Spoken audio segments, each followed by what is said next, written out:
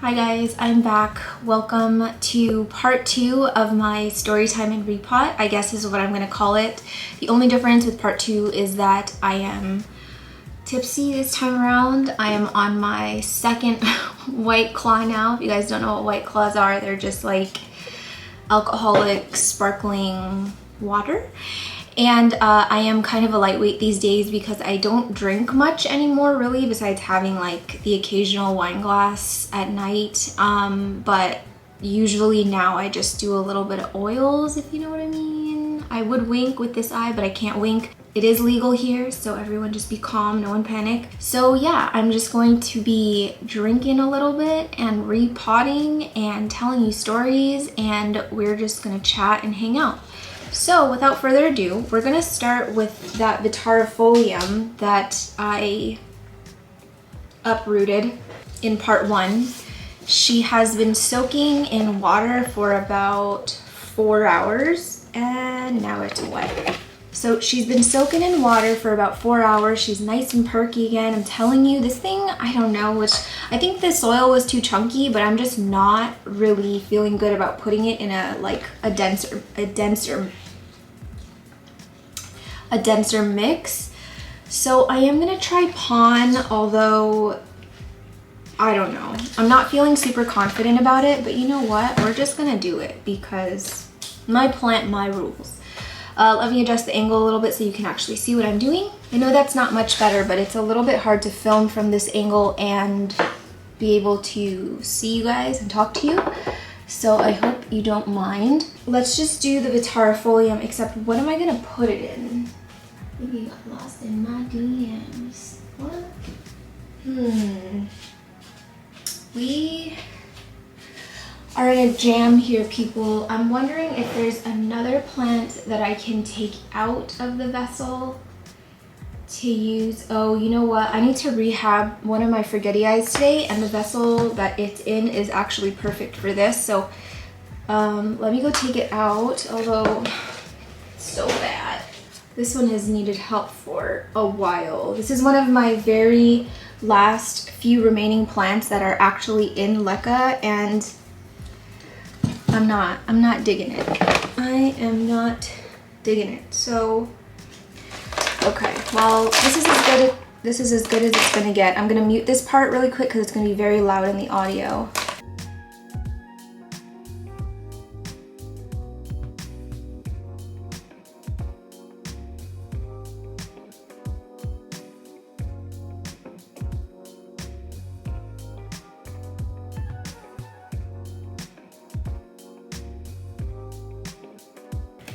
Okay guys, so I'm gonna be treating this one as a mega rehab. Like, it's really bad, and this stem is like a mile long, so I'm gonna be propagating it as well. Let me just rinse it off because it's really dirty, and then I will be right back. I'm gonna chop this into like 5 million pieces. I'm just kidding, not 5 million, but definitely does not need to be this big. I'm gonna chop here. So here's my plant. Still has a decent sized stem. And then I've got this chunk here that can probably be chopped into like 3 pieces. The bottom is a bit mushy. Okay, let me handle this one after. I'm gonna tackle this chunk first and just kind of, it's not super dirty. I just need to clean it up just a little bit. There's like a few old sheaths and stuff. So anyway, let's get straight into the first story. Again, like I mentioned, this one is a bit lighter. It's kind of more of like a weird, like, what the heck? When my family and I moved from San Jose to Sacramento back in 2006 or something, 2005. At the time, it was a brand new development. They had just cleared this land to build a new, like, massive community. And, like, my parents fell in love with the house because it had, like, these double staircases, and it was just kind of everything that they've always wanted in a home.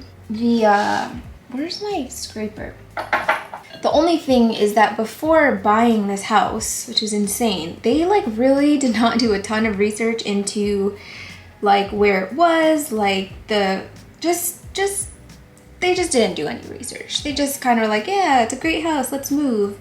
And so we did, and everything seemed pretty normal for the first few weeks, up until the point where we kind of started noticing, like, outside there was like loud sounds of frogs. And keep in mind that my sister Tiffany has a, oh no, it's soft, oh no, it's fine, she has a massive phobia of frogs.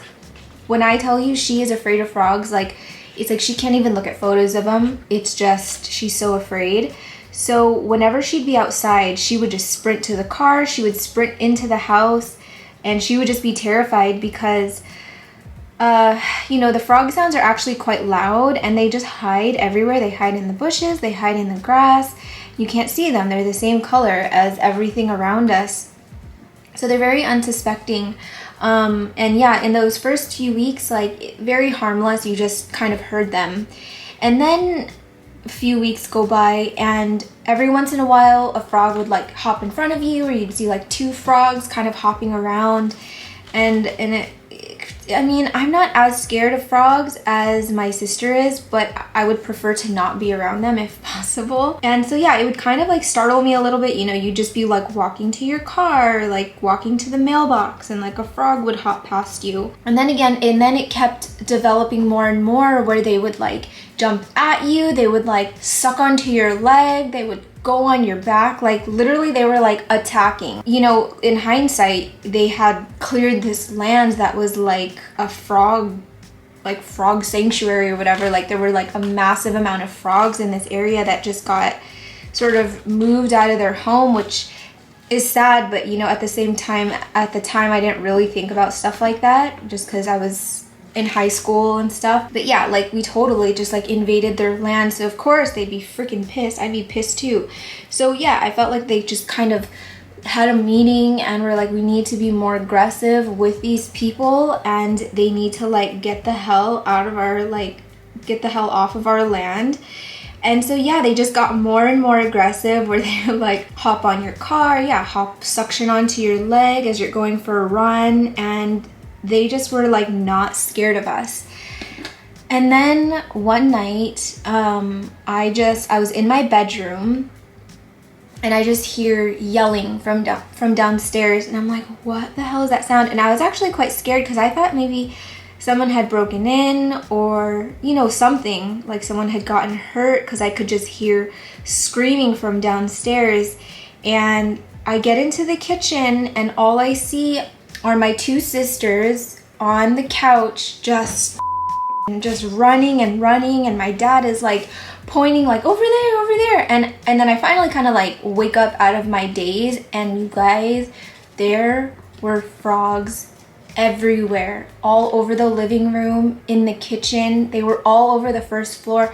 They were suctioned onto the walls, they were inside the TV, they were on the couch, they were everywhere. It was like straight from a frog horror movie. And I just kind of stood there like, am I dreaming? Like, is this for real? And my poor mom was the only one that was like brave enough to do something, because again, my sister is deathly afraid of frogs. She's just screaming like at the top of her lungs, like tears running down her face.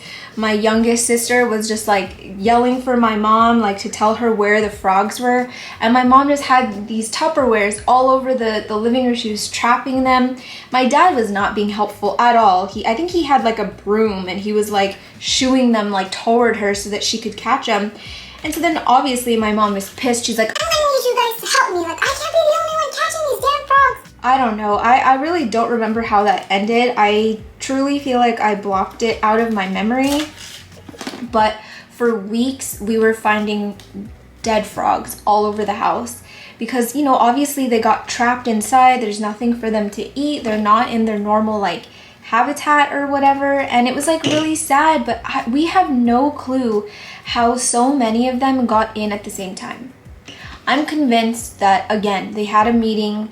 They targeted our house, and the plans did not go as planned, and they couldn't find a way out. We kept the door open, thinking that they would just find their way out. My mom was trying to like shoo them out of the house, but more kept coming in. I remember the next morning going outside and just seeing one of our walls of the house on the outside just covered in frogs. It was so freaking terrifying. I was like, where the heck did our parents move us to? This is ridiculous. Yeah, that was the story of the first sort of few months that my family and I moved to Sac. And I think to this day, I don't think they have the TV anymore, but we used to have one of those like really big like tube TVs, you know, but like the huge ones. And for a long time you could see the silhouette of a frog stuck inside of the TV. He got like inside of there and managed to get stuck, and we didn't know how to get him out. So for a while there was you're watching TV, but you're also looking at a dead frog in the TV as well. Yeah, that was pretty scarring. I feel like even if you're not scared of frogs, to see that many at once kind of like all over your house, hopping around, ribbiting, and making that sound, like the echoing sound in unison, it's pretty terrifying. Not gonna lie. Like, it could have been bunny rabbits and I think I would have been freaked out too, and I love bunnies. This thing has been super rotty for a while. I'm even surprised that it pushed out this new leaf when it did, because I could literally see what was going on in there, and I'm like, it does not look good. But I was just too lazy to address it. And I've been saving a lot of these sort of rehabs for filming days, and yeah, I just don't get to it right away. So I think that I'm going to be rerooting this in tree fern fiber opposed to moss, which is my like go-to rehab substrate. I'm really trying to not use a ton of moss anymore. I do like it as a growing medium. I think that rehabs and new imports do amazing in it, but I feel like the headache of trying to untangle sphagnum moss roots are just, it's too much of a pain in the ass. And after you use tree fern fiber and you just kind of see the fiber just fall off the roots, like it does not get stuck at all, it's like, why would you want to go back to anything else, you know?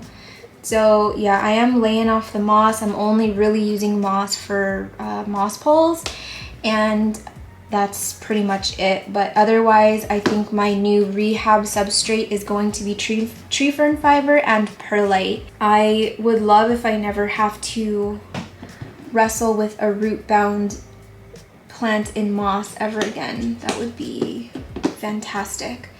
So this one's done, and I think I'm going to pot it right away so that it doesn't dry out. I have shown this on my channel before. This is the tree fern fiber I'm using. It's from Fernwood, and I don't remember where I got this. I did a group order with Alice. Alice and Jing are like our group order administrators. They always handle the group orders. Because I'm so fancy, I'm gonna be using an old boba cup for this rehab. And yes, they make boba this big here in Canada. It's massive. It lasts me like 2 days, but then, I don't know, the pearls are not good the day after. They get all hard and gross. So anyway, yeah, I wanted to start off with a pretty mild story, but to this day, I still feel slightly scarred when I see a frog or I hear a frog. I think some frogs are very, very cute. I know that, you know, they're harmless and stuff, and yeah, they're pretty amazing little critters, but I would just prefer to not have them crawling in my home like straight from a horror movie. So some people have asked me how I use the tree fern fiber. I know that some people like it. I'm gonna bleep that out. I said the M word. I know people dampen it before using it, but I actually just find it easier to have it, to use it dry. But it is very, very, very dusty, like super dusty. But it's great stuff. So yeah, I'll just use it dry because I find that it like settles inside of the vessel so much easier that way, and it doesn't get stuck on your hands. And yeah, I've tried it the other way where I like wet it a little bit, and it's just, it's a nightmare. Although it's nice to not deal with dust kick up or whatever. I'd be interested to know how you guys handle your tree fern fiber. I'm still very, very new to the substrate, so I'm not like, you know, a pro at this stuff by all means, or with anything plant related, to be honest. So yeah, tell me how you guys use and prepare your tree fern fiber. I love this stuff, but it's like, I don't really like handling it. It's not my favorite, just because it's very spiky, again, very dusty. But once it's like in the vessel and you get it nice and hydrated, like it's such a dream. And because it falls apart, like literally it's just like, you know, broken up fibers, like little pieces of fiber. Oh! Oh!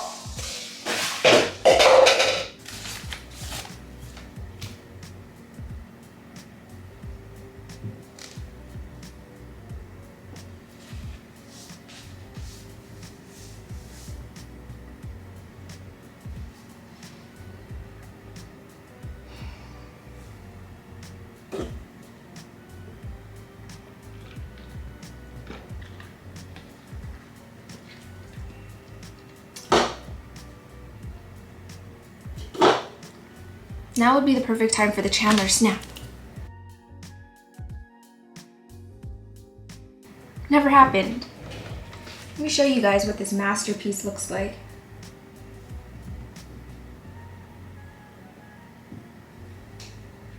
Love that for me. I am not tipsy enough for this. Okay, so that was a freaking bust, and now it's everywhere. Oh no. I've got tree fern fiber mixed with leca, mixed with perlite. You guys, tree fern fiber is not cheap, so that was not ideal to have wasted all of that tree fern fiber. I'm gonna be a little bit more careful this time. There's tree fern fiber all over the leaves. God dang it. I truly don't even remember what I was saying. What was I talking about? Frogs? Am I still talking about frogs? Oh, I think I was talking about the fiber. Yeah, because it's like so like, I'm not even gonna show you now. You guys saw it the first time, right? Because it just like is such a like fine shredded substrate. It's like the roots don't stick into it. It really just falls right off. So it's amazing for rooting plants, rooting seedlings, so that you have the least amount of root breakage possible, and which in turn means less stress on the plant. Ow! It's very splintery and sharp. Story number 2, oh my gosh, there's tree fern fiber everywhere. My nose! So itchy. Oh, my majestic leaf is so big and beautiful. I'm just gonna fill it all the way to the top to cover as much of the stem as possible.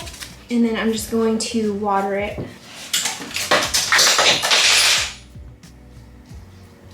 Oh, that stinks. Oh, this fertilizer water smells like ass. Perk? Oh, that's terrible. Oh my gosh. Perk? Forgetty Eye is done. I think that it's gonna rehab much better in here. You can see that a lot of it has not been wet yet, and I do have a bit down at the bottom, but it's going to be absorbed up and the water will be eventually dispersed throughout the substrate. So yeah, it's just like any other substrate. Like with moss, if you just like put it down at the bottom, it like comes back up, and then the water molecules or whatever like spread out, and the whole thing eventually gets wet. Guys, that's too much science. We don't do science on this channel. Finally gonna handle this very sad lattifolium. And I think I am going to be doing tree fern fiber as well, even though, oh, I'm like talking back there. I'm hoping that it fits in one of my jing pots. Perfect. So I was thinking while I was at the sink that it probably would be better if I washed the tree fern fiber first from the bag to get all the dust out, put it in my little container that I'm going to keep it in, and then just leave the lid open and just let it dry so that the next time that I use it, it's dust free and it's a little bit cleaner and not as dry. Do I have the energy to do that right now? No. But I did grab, this is now my third White Claw. Raspberry is my favorite, and then watermelon. Lemon is my least favorite. And then lime. Ugh. Raspberry tastes like summer in a can, as does watermelon. Okay, so I'm gonna be using the tree fern fiber again. I'm gonna put it in here and then I'm just going to run it under the sink and just kind of clean it out. There's actually 2 stories in one on this one. It's just about the times that I had to babysit my sister, the second oldest, or the middle child. The 2 times that she got completely shwasted. These are my least favorite memories, if I have to be completely honest. But you know, you do what you gotta do as an older sister, and that's just how the cookie crumbles. I'm gonna shove this in here. Okay, so the first time, I can't remember if this was the first time that she ever got drunk ever, but it was during a family camping trip, right? Like, we had snuck some alcohol, I think it was like tequila, into our cousin's tent, and we're just swigging. Like, I had already been drinking at the time. I believe I was already of age. Yeah, we're just swigging from this water bottle filled with tequila. It was mixed with like, I think like pineapple juice and orange juice, so it tasted really good, so it was very unsuspecting. My sister was just going at it. I told her to slow down. She was like, no, I feel fine, blah, blah, blah. I go to use a restroom. I come back and she's done. Done. She's like rolling around the tent, like screaming. I'm like, you need to be quiet because like none of the adults know that you're drinking right now. You know, like this was supposed to be a mega secret. And then my uncle, who's like the family coordinator for the camping trips, is like, let's go on a hike, everyone. And guys, this is not a regular hike, okay? We were in Big Sur. Big Sur has some of the best hikes where you climb boulders, you're going across bridges, you're walking through streams and rivers. Like, it's a real hike. It's not just like walking up a path. And my sister is wasted. And obviously we couldn't tell people that she was wasted. So she's like, I'm fine, let's go, yeah.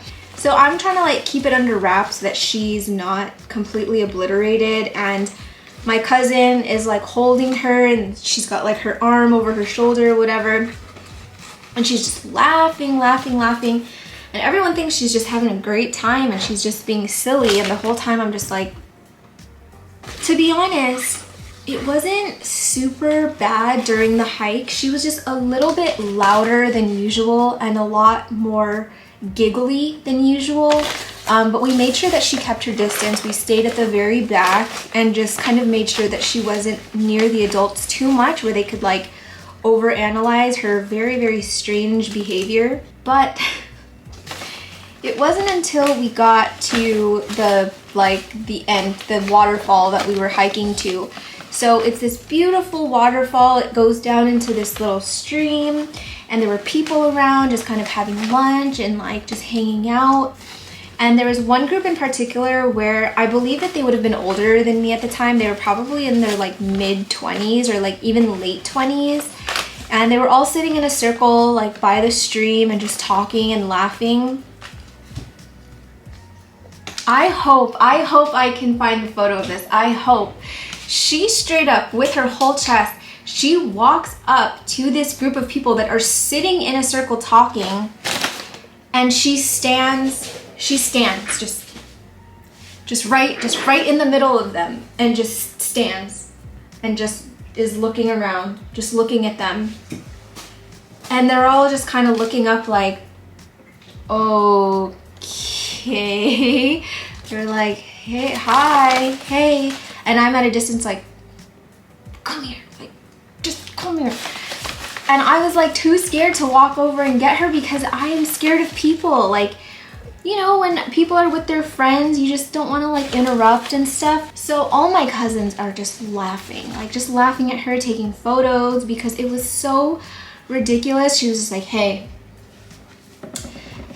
like trying to act all cool, and she was completely wasted. She had this ridiculous, like, it was either like a bucket hat or something, and her shirt was all like disheveled. Like, she looked like a hot mess. She was sweaty. She was like kind of like leaning everywhere.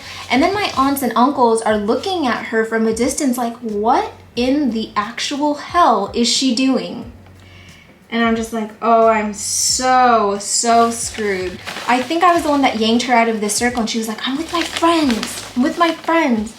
And then as soon as like we started walking back, they all start like giggling, like obviously trying to suppress their laughter. But it was just ridiculous. And then on the way home is when like the sleepies hit in for her. Like where, you know, like you get drunk and you hit like your peak, and then like after you just want to be in bed. It was hot, it was the middle of summer. We had just hiked like 3 or 4 miles or something. And so she was done. I am surprised she even made it back. I thought we were gonna have to carry her back. I don't actually know if any of the adults at the time knew that she was wasted. But yeah, as soon as we got back to the campsite, she just walked straight into the tent and just passed out until nighttime. I hope I can find a photo. I'm gonna text her. She looked like the dumbest person in the whole world. Okay, this is potted. I'm gonna go rinse this under the sink and get all the dirt out. Oh, my baby girl's sleeping. She's so cute. I have access to my my niece's camera in her room, and I just like to check in on her sometimes. She's sleeping, her little belly. You can see her little belly button. Yellow. I'm telling YouTube, I'm filming right now, and I'm telling them the story of when you got obliterated at that camping trip. Remember? And you stood in the circle of those people. I remember. You don't have to, remind me of the details. Do you have the photo? Yeah. Can you send it to me? Well, it's a photo. Okay, I hope you realize it's not the photo of me standing in the middle of the circle. Oh, I thought it was you standing in the circle. They didn't take a picture because they were too busy like trying to grab me from out of the circle. You're so. The only picture I have is just me standing at the waterfall, like looking hella moated. But, like, oh, because she said take a picture of me. You wanted to take a picture with the waterfall. In front of the waterfall. I think that's the only. I mean, I have to look. It would be on my live journal or something. I think that is legitimately the only time my sister has ever asked anyone to take a photo of her, and she was standing in front of the waterfall, like with her ugly hat. Send me the picture, please. Whatever. Okay, thanks. Okay, don't ever FaceTime me again. Okay, bye. Oh, just the memories, they just fled back, you know? You know what's funny? I emptied out my Forgetti-Eye. I emptied out my Forgetti-Eye because I was gonna put the, whatchamacallit, the tarfolium in there. Alright, so anyway, I emptied my Forgetti-Eye vessel for nothing, but I guess I can put something else in there now. I'm thinking maybe my luxurians. I think the next one I'm gonna tackle is this, oh gosh. Yeah, I'm gonna tackle this Mag Verde. I still don't know what vessel I'm gonna put it in, but we're gonna figure that out later. So anywho, hopefully she finds the photo, because it's not the photo of her standing in the group of people, but she just kept wanting a photo in front of the waterfall while she was completely wasted. Oh no, there's a gnat. Ah. Where are you? Hello? Ah! It was just so cringe and awkward. She's so... Oh my god, that girl is something else. Okay, so... Oh, this is gonna be the whole video. Me untangling this root ball.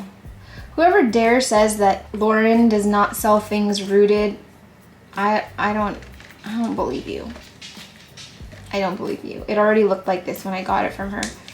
So anyway, let's just work on this, I guess. So, okay, the next story is still about my sister, about her getting drunk. but this would have been the second, I think the second time that I would have had to like babysit her. I don't remember the details really about why I was here with her that night, and I'm not gonna say who we were with. I'm just gonna say that we were with friends, her friends, and I think it was like one of those things where it was like my parents didn't allow her to go to this party if I wasn't there with her. And granted, I wasn't excited about going to a party with my sister and her friends, but I think she like begged me, like she really wanted to go because it was for one of her best friend's birthday. So I was like, okay, whatever, I'll go with you. So I told her from the beginning, because I was already scarred from the camping experience, I was like, listen, I'm not here to freaking babysit you. I'm here so that you can have a good time and be with your friends, and I will just supervise and make sure you're safe and get you home safely. But let's not make it a whole thing, okay? Let's not do that again. So she promised. She's like, don't worry, I'm gonna be good. I just wanna hang out and it's gonna be fine. So we get there. It's in a sketchy neighborhood. Hella sketchy neighborhood. I was like, oh my God. Where am I? Where am I? And we walk in this party, and the people there looked a little bit scary. I'm not gonna lie, they looked very intimidating. That's the adjective that I'm gonna use, intimidating. Is that an adjective? I was not really liking what I was seeing in terms of the people there. There were a lot of scary looking men, and I was really honestly just gonna drop her off and just like come back and come get her, or like just stay in the car. But because these people looked very scary and sketchy, I was like, I think I'll stay. So she's drinking whatever. I'm like, pace yourself. Like, I want you to have fun, but please pace yourself. Like, I don't need you taking back-to-back shots. Make sure you're drinking water in between, like a total mom, right? And then I said that I was gonna go to the car. I wanted to call, I think I was gonna call like my boyfriend at the time. I was like, I'm just gonna go to the car. I'm just gonna talk on the phone for a little bit, like have fun, be careful. I'll just be outside. So I think I was outside for probably about 20 minutes, maybe even less. And oh, I forgot to mention that they were putting like marks on their arms for how many shots they took with Sharpie. And when I left, she had 3 on her arm. And I was like, okay, that's not bad. We, you know, whatever. Oh, I just broke a beautiful root. She had 3 little tallies on her arm, and I was like, it's gonna be fine. I'll be gone for like 20 minutes. I come back in and I find her. And she's absolutely, she's done. She had gone too far. I was like, give me your arm. Let me see how many. Give me your arm.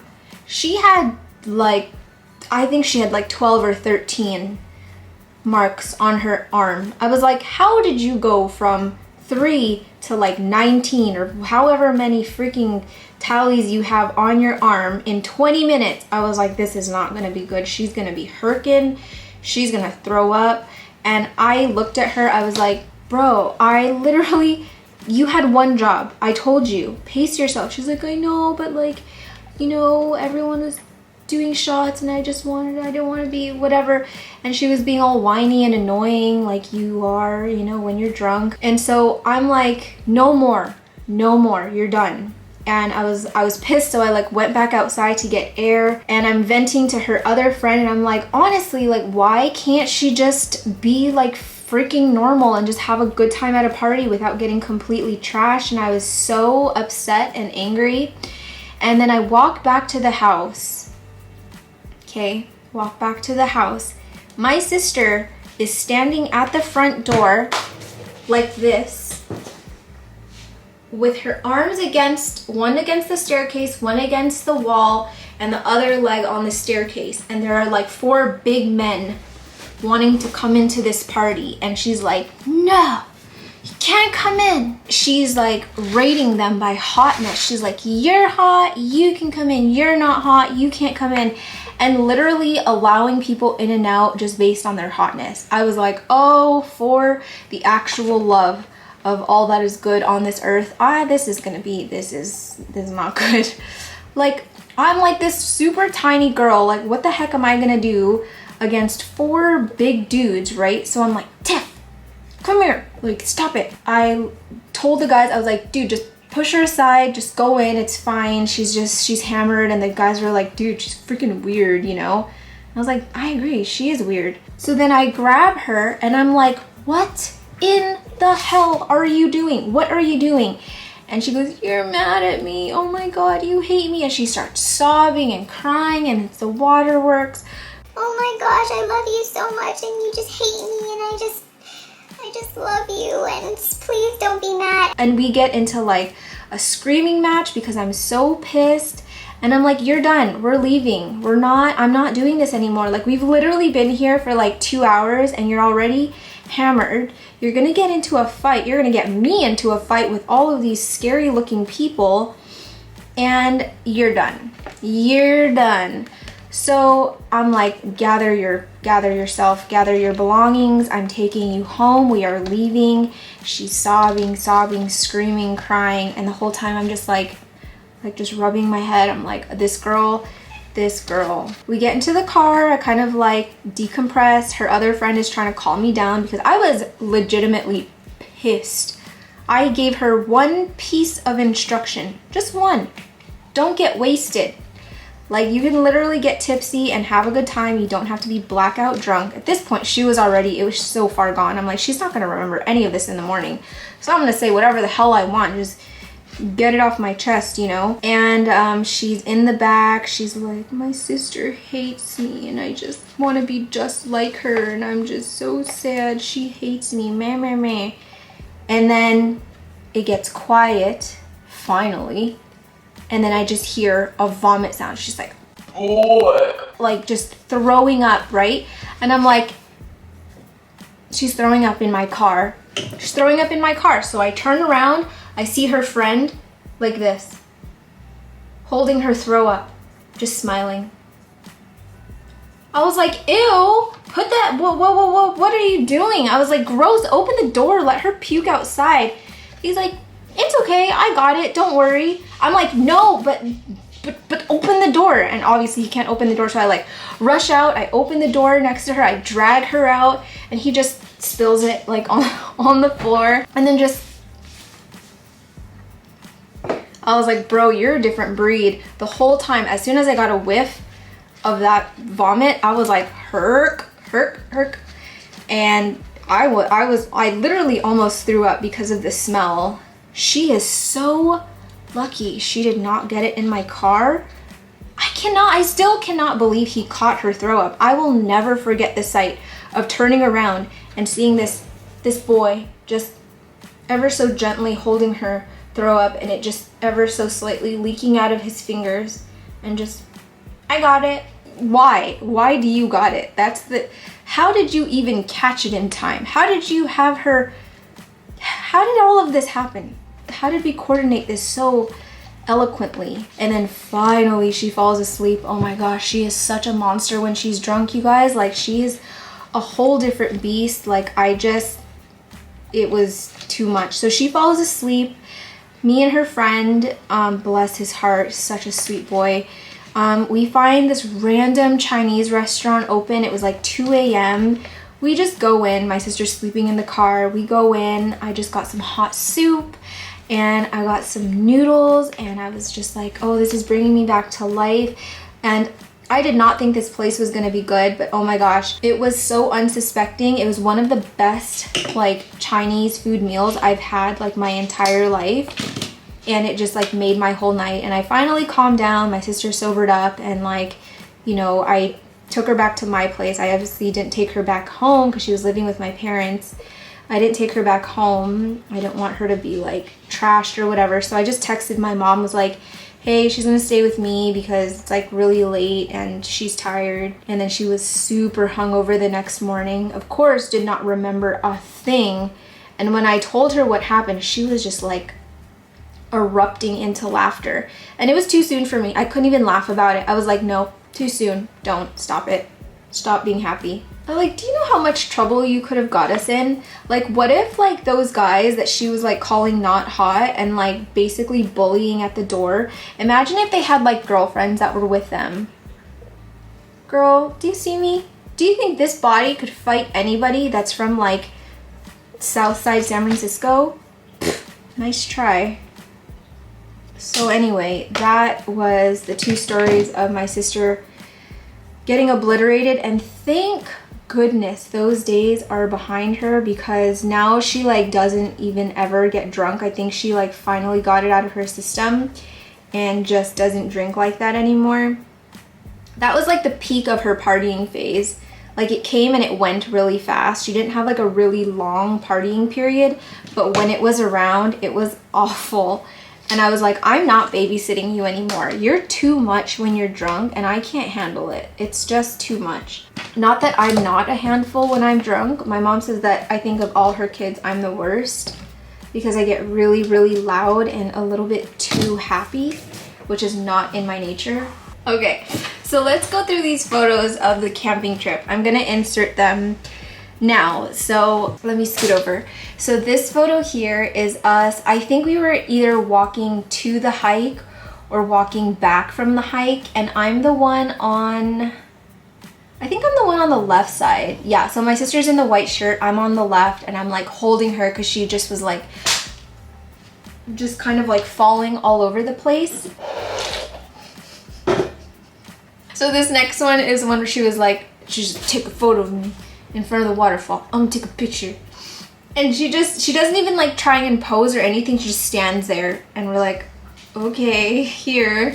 And then obviously she's got the giggles because she's just so drunk. I think this is her the next morning when she was super like hungover and just had enough. We're going back to the day of. I think this was, do you guys know how hard it was to hide this from your aunts and uncles? Like, how do you hide someone that is spilling all over the place? I was like, okay, dude, we gotta get this together. She was just, yeah, being so loving and just, she was like all over me. And then this is me with my cousin, and we were just trying to keep her awake and conscious. And this last one, she's just like contemplating life, just looks absolutely miserable. I'm surprised she didn't throw up during the hike, but I have secondhand anxiety thinking about being like wasted on a camping trip where I'm going hiking and it's hot in the middle of summer and I'm sweating.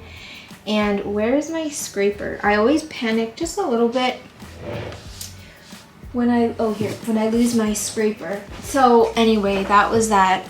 And thank goodness her partying days are over. Now she's a full-time mom, and my, how things have changed. That was not fun for me. I mean, at least it's like a fun story to tell after. Like, I think I've told this story to my parents, obviously, like when many years have passed. Yeah, was definitely not fun in the moment. Do not miss it at all. There was a time where I think I would have been maybe like 26 or something. I was like, man, I kind of miss people having house parties, and I miss raging, and I miss, you know, the nights where we would just get blackout drunk and just have a really great time. But I can't physically do it anymore. I tried. I really tried. At this last wedding that I went to, I was like, oh yeah, last hurrah, right? Couldn't do it. I physically couldn't get drunk. All I kept thinking about was the repercussions of how I would feel the next day being hungover. And as you age, I'm talking to everyone that's like mid-20s and younger. As you age, you guys, the hangovers, they get so bad. So bad. So I physically cannot have a good time like that anymore because my conscious mind is just too paranoid of the feeling of being too drunk and being like, you know, dizzy, getting the spins. I just don't want to ever feel that anymore. I don't miss that at all. Now, if I could just get a good little buzz and then go home and have some tea, that would be amazing. I have just really embraced this old person life, honestly, and I'm not even ashamed of it. I love it. was a great time. I wish I could stay this age forever. This is like the perfect time. I think this is the last story I'm going to tell you guys. How many plants have I potted? 1, 2. I have 2 more. So once this story is done, then it'll just turn into a regular repot and chat. Because I do want to repot my soderoy and get it on a lazy pole. So I've just cleaned up the chonk as much as possible, and now I'm just taking a dry toothbrush to kind of like scrape all the loose bits off instead of submerging it underwater or like putting it in hydrogen peroxide, because I would like to repot this right away, but I'm just trying to get it like sort of as clean as possible. This next story is when I was sort of in the prime of my partying days. It would have been when I was 18, 19, 20. Around this time, I was living with my best friend, who is still one of my best friends to this day. And I was living with her and her mom, and I think at the time her boyfriend was living with us too. My best friend's boyfriend, who I did not really get along with. He hated me for some reason. I don't know why. Still don't know why. Yeah, we used to have these like ragers at our house with like all of our regular people. There was probably like a solid group of like 15 of us at the time, maybe even more, honestly, that we would just regularly, it was kind of known every weekend we were gonna probably see each other and rage.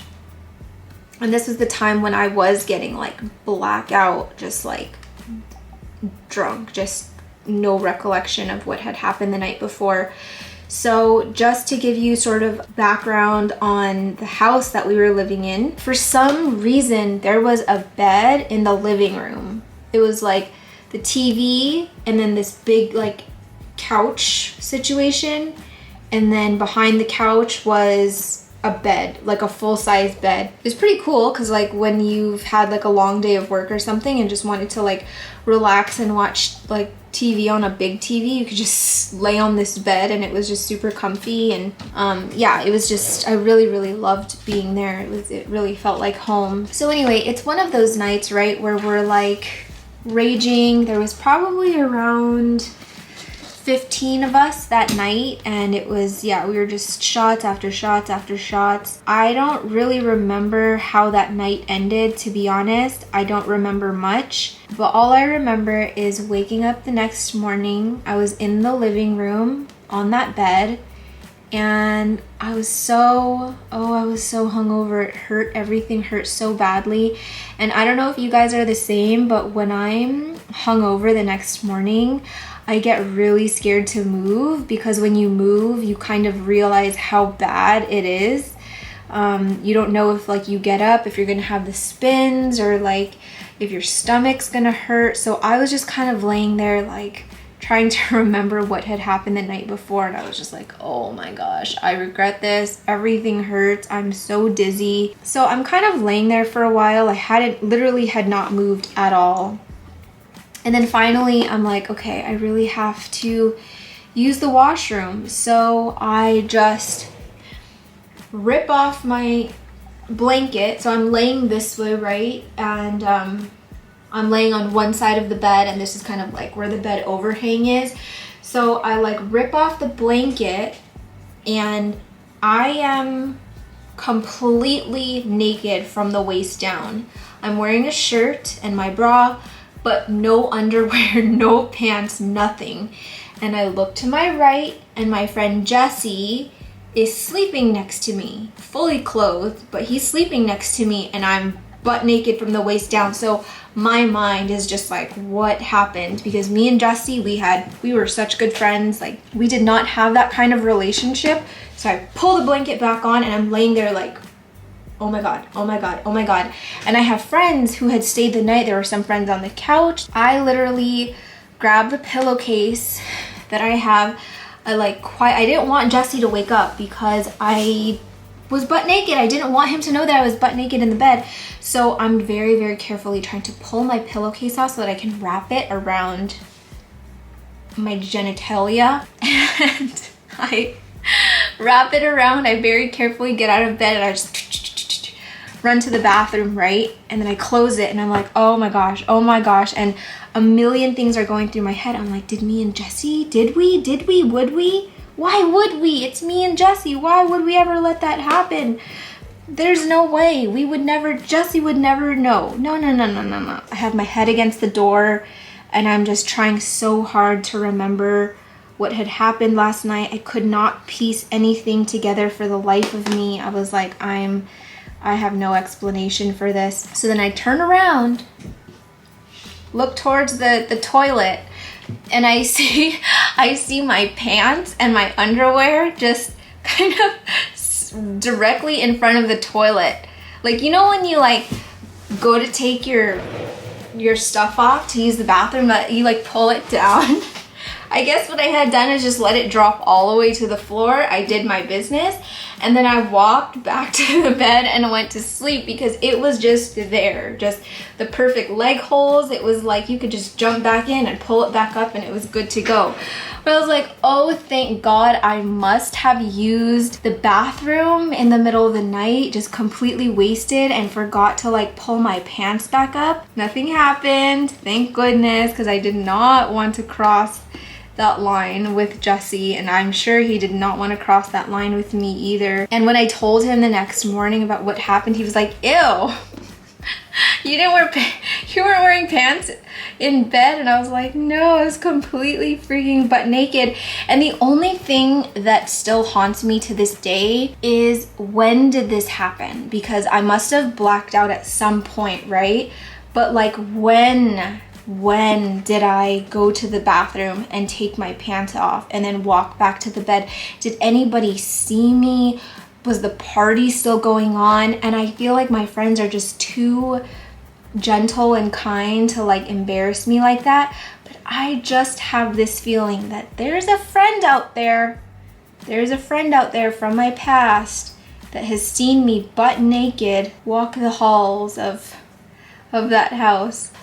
So anyway, that was one of like my favorite memories ever because it was just so ridiculous, and I will just never get the thought out, I will never get the image out of my mind of what that looked like to see like my underwear and my pants just sitting on the floor so perfectly the way I left it the night before. It was hilarious, but yeah, those days are behind me. We no longer get that turned. I don't even think that I could get that turned even if I tried. Whew. Okay, I gotta find a vessel for this and figure out where it's going. I could put it in this, but it seems like a waste. I'm not feeling it. So let me figure things out. I'm probably gonna regret this, but I'm gonna chop this because I actually would like to propagate one of these for my mom when I go back home, and I would like for it to fit in this vessel. So we're gonna just chop it.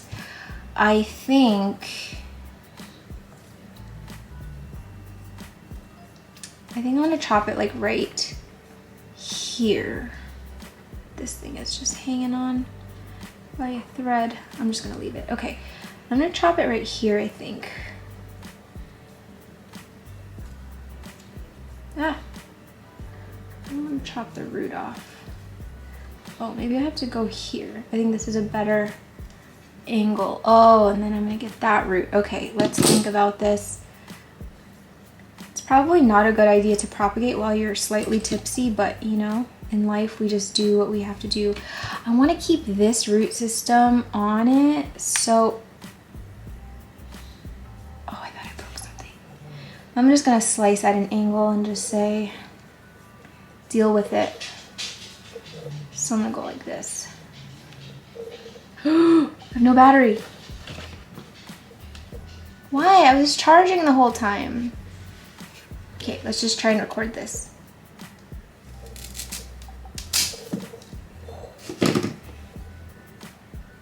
Oh, that's great. So I've taken a little bit off here, and I think it's gonna fit much better into this vessel like that. So I guess I gotta let my camera charge a little bit. I'm gonna go drink more and then I'll be back again. So we're just gonna get this potted now. I am gonna do lechuzapon, and if you guys remember from my first video where I used the pon from the variegated plant shop, her pon is so much prettier than lechuzapon brand, and now when I look at this batch of pon, I'm like, I don't like you. This looks so boring now. I want that bright orange party pon. It's so fun to look at. I don't even remember what I was talking about, to be honest with you. Hopefully I finished my last thought. Because I have not had dinner yet, and I have had 3 White Claws, and she's feeling a little bit turned, slightly. I just woke up from like a 3-hour nap, and I could totally go down for another, but I am just waiting for my husband to come home from Monday Night Basketball because we're gonna watch the mid-season finale of Stranger Things.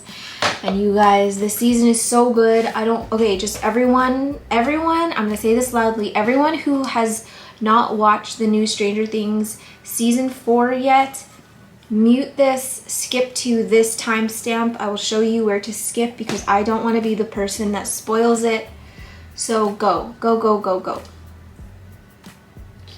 If you didn't hear my disclaimer, it's not my fault. I gave you a warning. I'm not going to be giving any major spoilers, but I'm just gonna say that I love how creepy this season is. Like, they really amped up the horror. Like, it's still very much sci-fi, right? But it's got like such good horror elements now. I was so not expecting that. And some of these scenes are just so freaky, and I love it.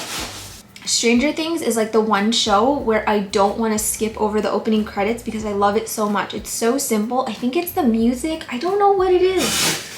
It's just like serotonin inducing, you know? I don't like this pon. I want some party pon. That's what I'm calling Ina's pon now. Fiesta pon. Just looks like a party. I tried to mix some of her pon in there. You can see the one little orange bit, but it's so boring compared to this one. Let me go grab it. Which one do you guys like better? I much prefer Ina's pon. It's so pretty. It's so fun to look at. This just looks so bland and blah. All right, y'all. The last one we're going to tackle is this philodendron soderoid, and I'm so lazy to even make a lazy pull, but this thing needs it. Okay, so while I'm doing this last plant, I will tell you one last story. I was not planning to tell you this story, but like, you know, when you're in a situation where, like, let's say that you're doing, I don't know, you're at like, you join a new volleyball team and everyone's getting to know each other, and you do like 2 lies and a truth, and people have to guess which one is the truth. So this is like the truth that I always say, and it's always very like mixed reactions, which is very not surprising at all. But basically, yeah, this is my go-to story. So when I was younger, so first off, here's a fun fact about myself. I actually attended, I think, 6 different elementary schools until by the time that I hit 4th grade.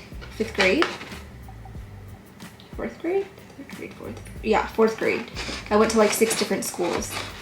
Not because I was like a bad kid or anything, but because my parents moved around all over the place. And so I always had to like move school districts and stuff, and it was just a whole thing. I didn't really have a good start. Starting in preschool, I went to the YMCA, and because it was at the Y, there were a lot of different,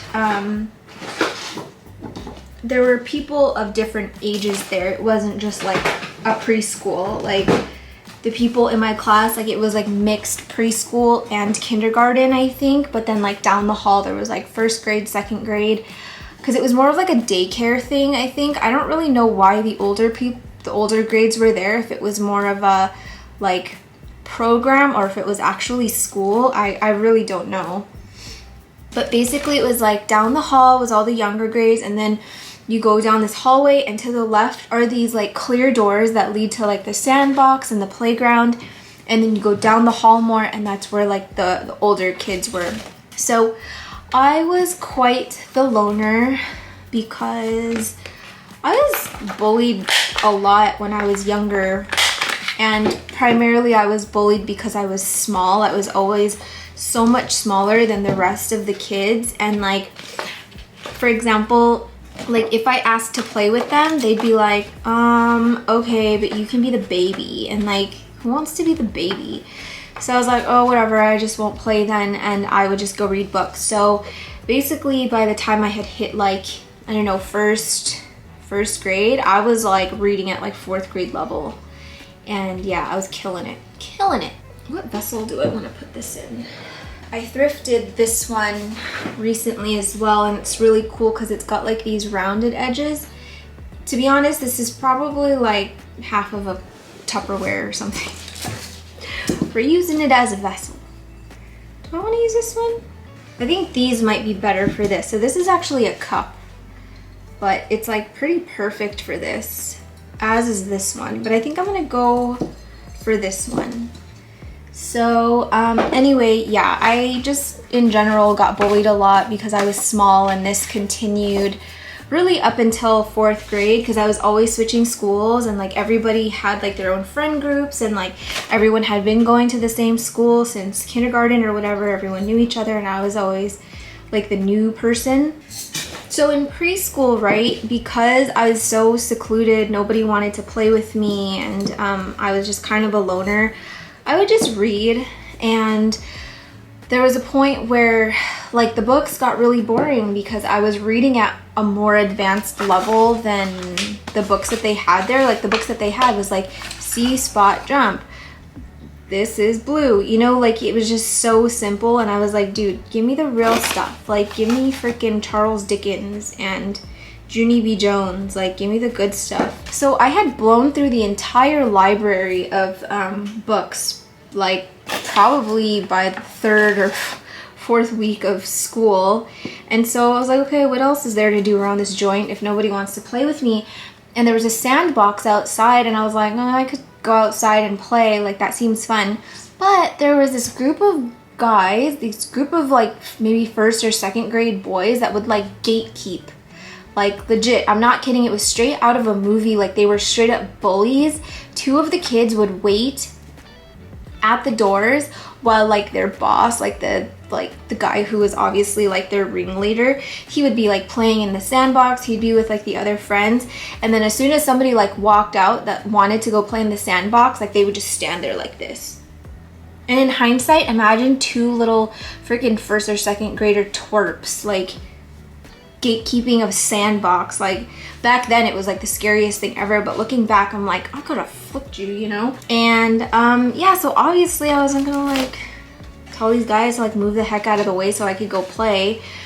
But I tried multiple times. I really did try to play in this sandbox, but every time I got freaking rejected because these guys did not want me out there. One day I just had enough. I was like, you know, I don't like you, you don't like me, let's just call it what it is. So I go into the hallway and I'm like, I'm gonna go play in the sandbox because I'm bored and I want to go play in the sandbox. So we do the normal thing where I get out there, we make eye contact. They're like, don't even freaking think about it. And I'm just like, I'm going for it. And as soon as I reach for the handle, the 2 guys that are standing by the door, they like come inside of the hallway and they're like, you can't play out there. And I was just like, why? And they were like, you can't play out there. So I'm just standing there and I'm not leaving, and I'm like, well, I'm gonna play out there because I want to play out there. And when their ringleader realized that I wasn't going away, he comes in from outside and just hold on, I need to focus. I'm trying to cut these straps. I haven't made a lazy pull in a couple weeks. Okay, so the next part is probably gonna sound really unbelievable, but I promise you this happened, and it's one of my core memories. So, you know, the main guy comes out and he's like, you can't go out there. Like, that's our sandbox. I was just like, no, I want to play out there, and I wasn't taking no for an answer, and he really did not like that. So when I tell you this kid, this boy, right, older boy, to a little teeny tiny Charmaine, he straight up punches me in my stomach. Punches me in the stomach, and I can remember the feeling of just having the wind knocked out of you. It was so painful. And then as soon as he did that, him and his friends went back outside. No remorse, nothing. It was like, yeah, ha, take that. And then the principal or whoever was in charge walks down the hall, sees that I'm like writhing in pain, I'm holding my stomach, and he just pats me on the head, keeps walking. Ignorance is bliss, right? So I walk back inside my classroom, and I'm just like in pain. But honestly, I think that was one of the first times where I was actually so freaking pissed off. Like, I could feel the rage in my small, tiny body. So what I did is I walked back in that hallway, right? And his friends see me right away that I was coming back for more.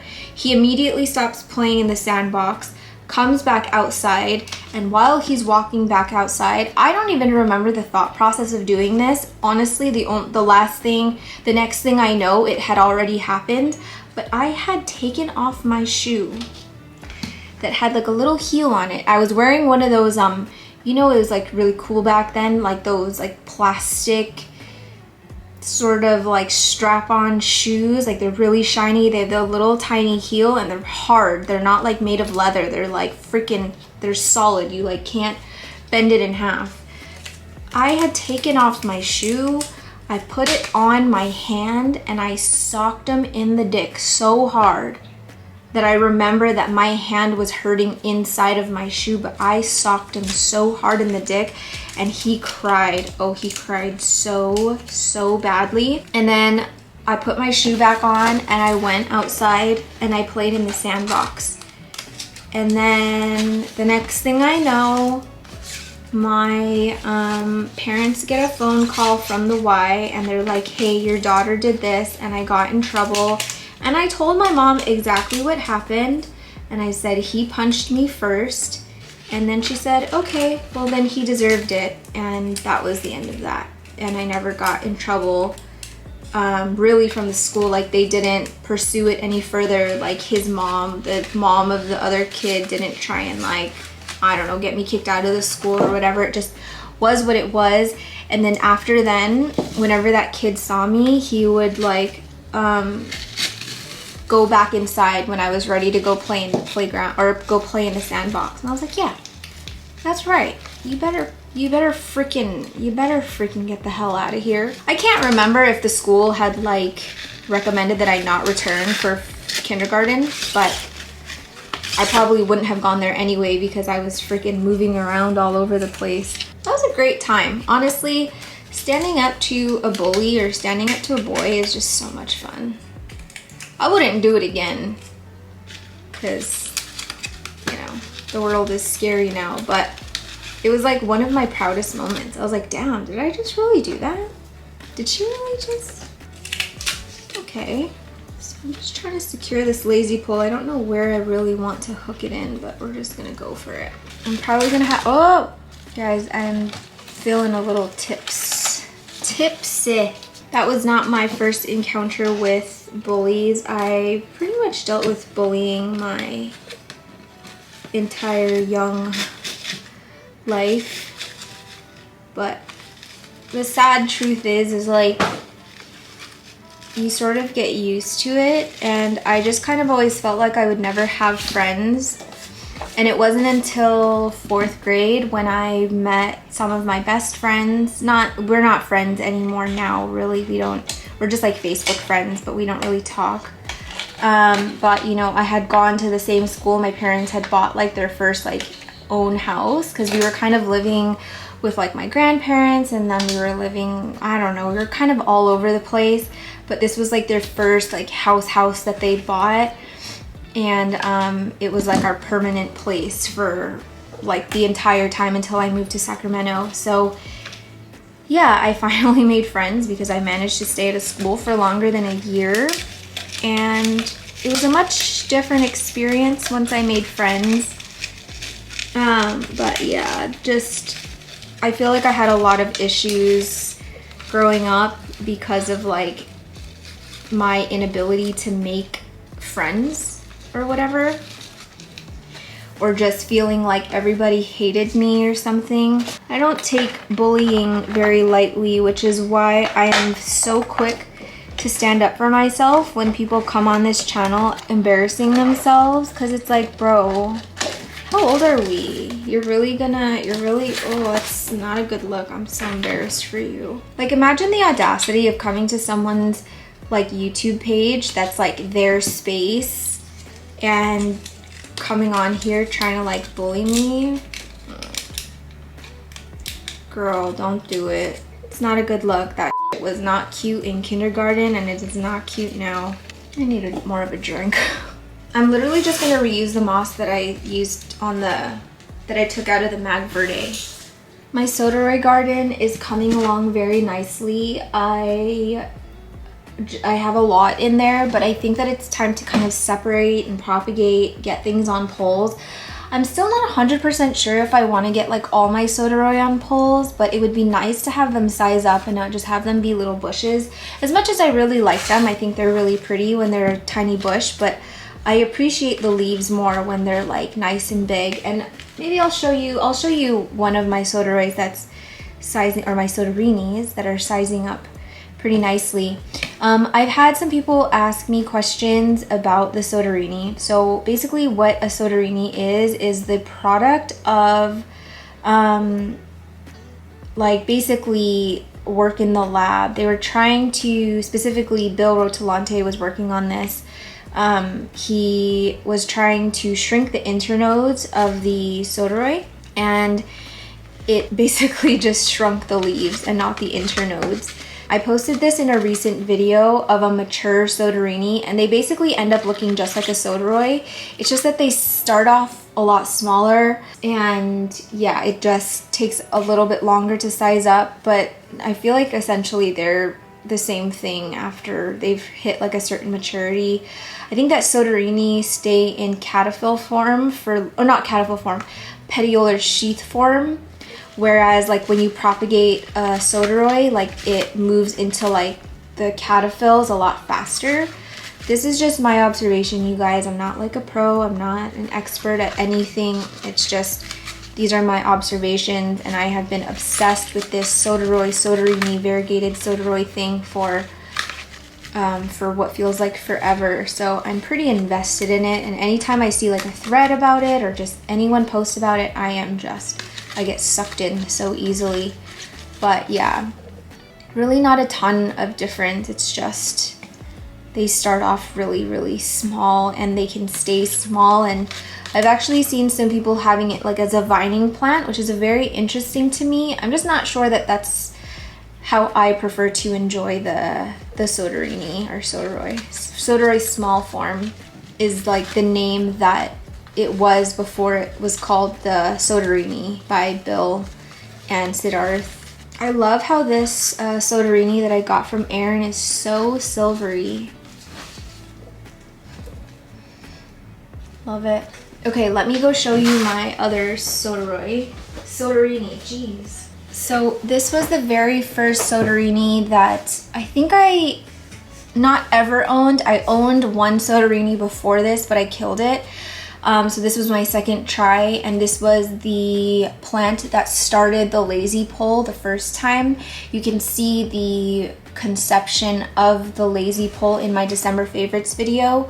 But anyway, this one has been on a lazy pole, one of the original lazy poles, for what feels like forever. I have repotted this one twice already and have extended the pole twice because it's grown so fast. Yeah, like the leaves have been just very, very steadily sizing up. And then I got this one and I was like, oh my gosh, it's gonna revert. And then it pushed out this big guy right here, which is like so freaking beautiful. If you guys are wondering what this is, these are the Spikel Ultimites from Coppert, and then I also have the mini Thripex from Copper. I find that Copper is the best predatory mite company opposed to, I've tried another brand, I can't remember what it's called, but there was like almost 0 mites that hatched from it. So yeah, I much prefer using Copper. But look how beautiful this is. Like, it's amazing. I just love these plants so much.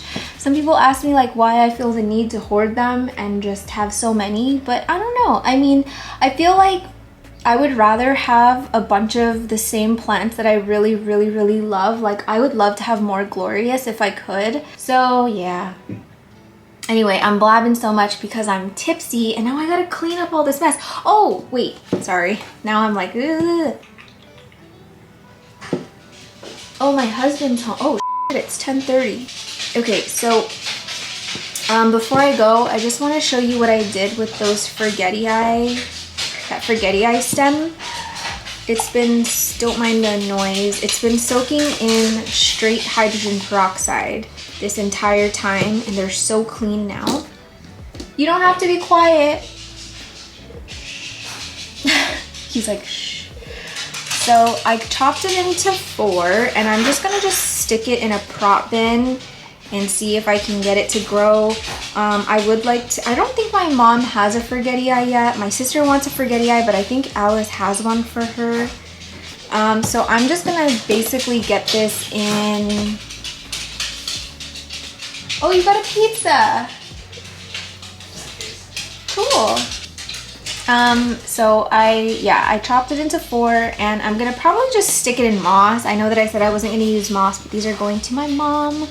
I don't think I need any more forgetti, to be honest. I think I'll maybe keep like 2 and then give 1 to my mom, 1 to my sister. And then, oh, I actually have 5. I've got 5 little stem props. And then I've got these 4 little macadamia nuts that I pulled from the Alocasia Michellettiana Maxkowskii. And I think based on my experiment with my scalprum corms, the one in tree fern fiber rooted and sprouted first, but the one in moss pushed out a leaf first. So it's kind of strange that way. I don't really want to deal with an alocasia in moss, so I don't think I'm gonna go that direction. I also don't think I'm gonna wanna do it in soil. So I might just stick this in pon, or I might stick it in tree fern fiber. But since I have pon next to me, I'll probably just do that since it's already here. So let's just get those potted. And then I'm just gonna stick all 4 into here, making sure that they are the right direction. If you guys want to learn how to propagate alocasia corms, I have a dedicated alocasia video that you can watch where I go pretty in depth about it. So make sure you watch that one. And then I'm just gonna cover the top. I don't want them to be this exposed. And then I'm just gonna keep this probably inside of either my Milsbo, or I'm gonna put it inside of a prop box so that it's super humid and it traps in a lot of that warmth and humidity. This is a Mag Verde that I chopped from the other plants. I'm gonna be giving this to my mom. Oh, my sister, she is going to get a tent. I've converted her to Mars Hydro Life. So when I go back to California in August, we're gonna set up the tent together. I'm gonna be filming it. I told her everything to get, so I'm gonna deck her out. I plan to do a massive, massive purge before I go to California because I had too many plants, and honestly, I'm really, really, really hoping that Alice will be able to come by once a week when I'm in California to care for my plants because there are so many of them. But I do plan to bring a lot of plants to my mom and my sister. I think I'm gonna do a mega purge video in July where I go through every single one of my plants and I really ask myself, who do I love? Who am I just holding on to because I've had it for so long, or I feel guilty getting rid of it? I want to keep the plants that I love and I can't live without. So you guys probably know that I've brought home so many plants over the last few weeks, and it's just been kind of a lot. So that's what's going on. We're gonna be getting rid of a lot of plants, but at least I know it's going to my sister, it's going to be going to my mom. I'll be able to see how they're doing. I might give some plants to my neighbor upstairs, and we'll just see. So,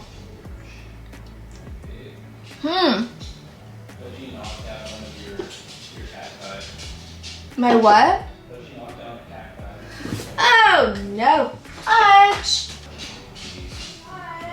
Oh my gosh, isn't that ironic? Look, he knocked the cactus and everything.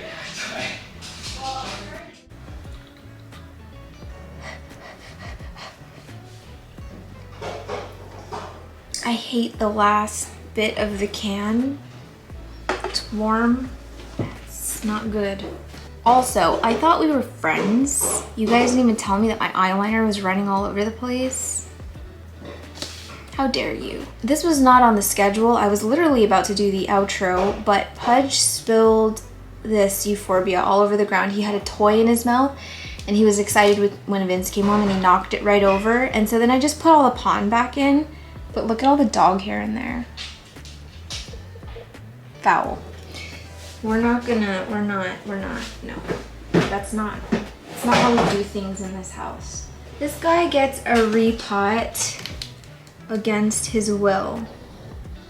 Oh, that's soft. I wonder if that's mushy soft.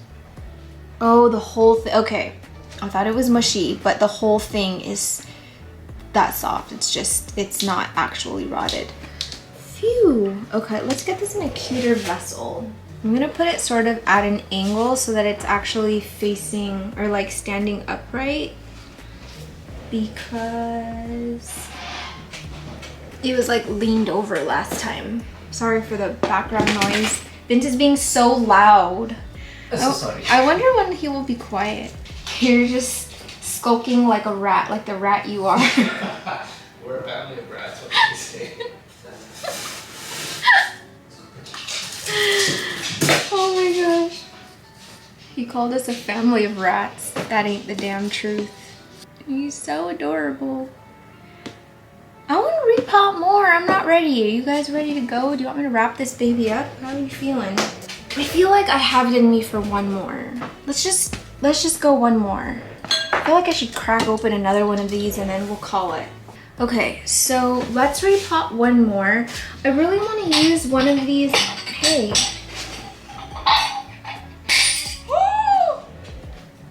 I just broke that. Okay. Do the shuffle. No, for real. Oh, here. So that broke. It's because they were stuck together. Okay, so I thrifted 6 of these, but now I have 5. I got 6 of them for $2.99. Freaking steal. And I want to use it for something, but what can I put in it?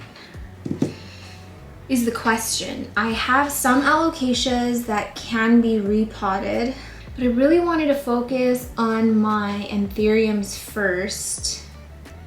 It's just, everyone has an emergent leaf. I could maybe do my sinuata because some of them are just like in these ugly like plastic cups, you know? And I would really like to get it into something a little bit more permanent.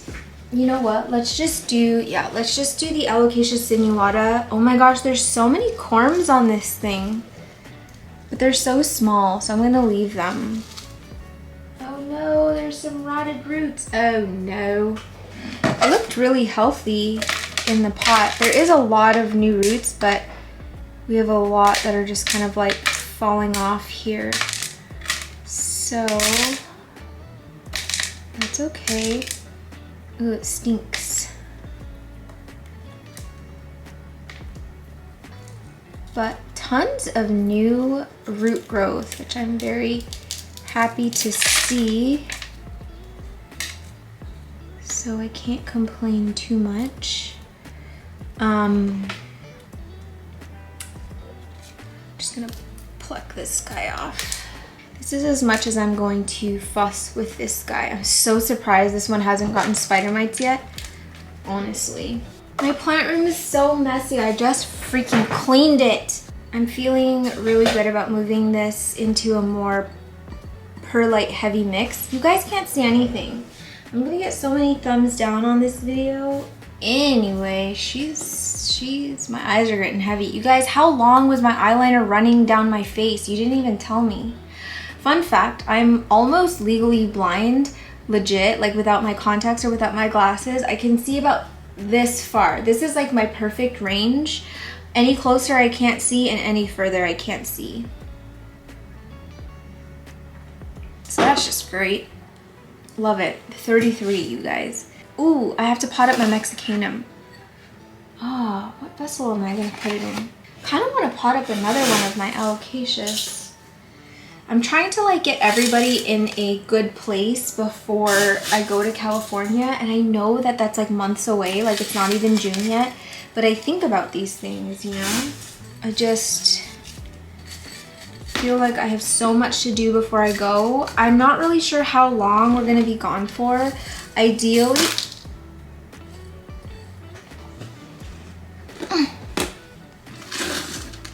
Ideally, I would like to be away for 3 weeks, because I feel like 3 weeks is like the perfect amount of time that I get to like really spend quality time with my my family.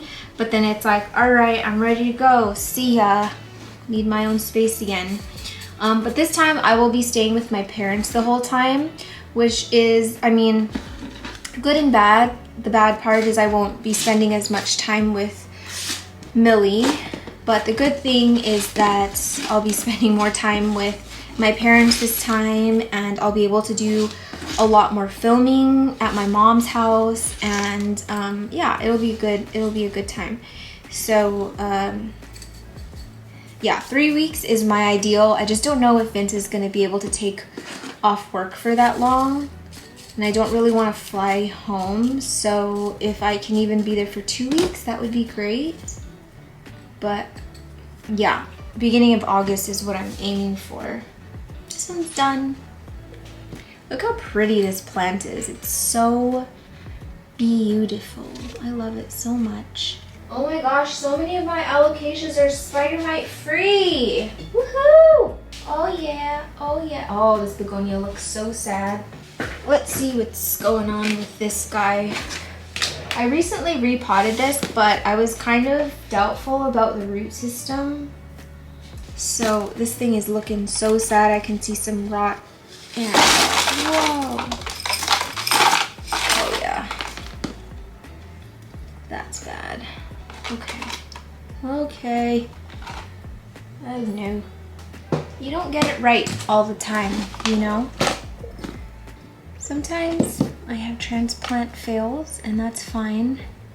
This is so sad. I really hope this bounces back, because this is one of the ones that I wanted to give to my mom. So I'm gonna just let this callus over for a little bit, and then I'm just gonna pop it back in water, because that's not the vibes. Okay, let's do one more, and then honestly, I will get the hell out of here, I promise. You guys are probably like, end this video already, you're so annoying. Who wants it? Who wants to be repot for real? Sometimes I feel like these plants need to like step up and be more involved in this process. It's like always me that has to make the decisions. Why does it always have to be me? Oh! Oh, wait. I said that I wanted to do my Mexicanum. Fine, whatever. That will be our last one, only because I'm feeling bloated now. And I need to go make my dinner. Because if I don't get something in my belly, we're gonna have some issues. So here's my Mexicanum. My little baby. My little baby. Okay. I think it can fit in here. Can it? I could chop the stem down a bit. Yeah, let's do that. Because I said so. These roots are cray cray. Okay, so now that I've untangled it a little bit and calmed the hell down, now I feel like I can arrange it a little bit better. These roots are very sensitive. It's always kind of a dicey gamble when you're moving water props, but it can be done. It's just a little bit more difficult. In my experience, you have to be a little bit more careful about the watering and not letting it completely dry out, but it can be done. So I think that this video is now coming to an end. I'm not sure if I'm more annoying when I'm tipsy, but I guess I will find out when I edit this video.